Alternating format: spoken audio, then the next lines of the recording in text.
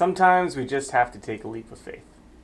Hey, this is Matt here with your mission insight for the week. This week's going to be a little bit unique because while we talk a lot about discipleship pathway and how it can help you learn to make disciples in the places that you live and work and play, we just want to share today the story with you of how discipleship pathway came to be and how this shift happened at FCC. This thing, discipleship pathway, was developed shortly after some of our team took a trip to Kansas City, where they got to see a relational life-on-life ministry done in a different way than we were doing it here in the Bay Area. And at the time, it did feel like a huge leap in faith because it was so different from everything that the church had been doing so far, everything that I saw growing up here at FCC. But it felt like this was God calling to our elders and to our leadership team to shift from an attractional model where we invited people to a church service to instead being more missional and equipping people to go out into their communities, like we said, where they work, where they live, where they play, and to share an unchanging gospel in an ever-changing world. The challenge there is that we need to step outside of our comfort zone a little bit and leave the comforts of what is familiar, and learn this new, amazing way for everyday Christians to learn what being a disciple maker is all about in the places that they're already going, and see how they can turn around and help somebody else learn how to share about Jesus. So we were so excited. We invited other churches and other church leaders to join us.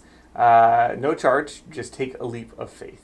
And Jesus told us to go and make disciples, and we share his heart for people to just know God. We have this heart for disciple making, and we were being faithful to that call. And we wanted to call other churches to join alongside with us.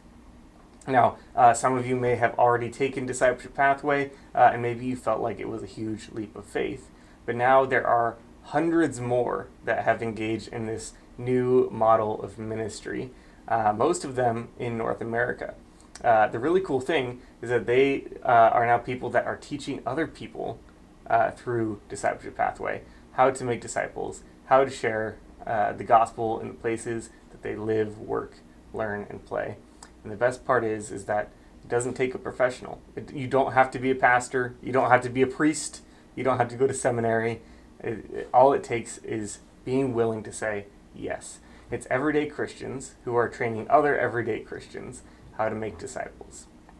And so it's really important that we share these stories, these success stories of how things have been moving in our workplaces, in our neighborhoods, in our social gatherings, because you can reach others with the gospel in a way that no one else in FCC, that any other pastor, that any other church leader, that any other Christian could, because they're involved in your life and they are open to hearing your story.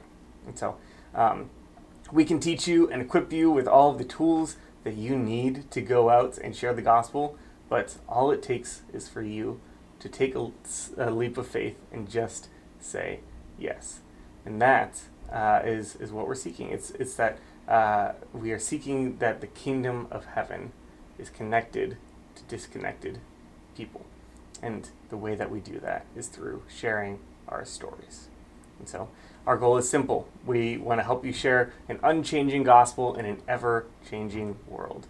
And we here at FCC are taking leaps of faith to do that, and we want you to come and join us as well. And so when we go out, we are just joining what God is already doing in these areas, where he's already at work and where we already experience him.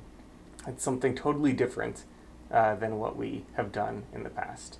It's life-changing as a pastor to be able to see this transition that FCC is going through from offering a service to then saying, we're going to gather together on Sundays so that we can be equipped and we can go out and share the gospel as a church. It's not reliant on the staff. It's not reliant on pastors or elders.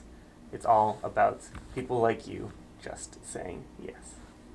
Thank you.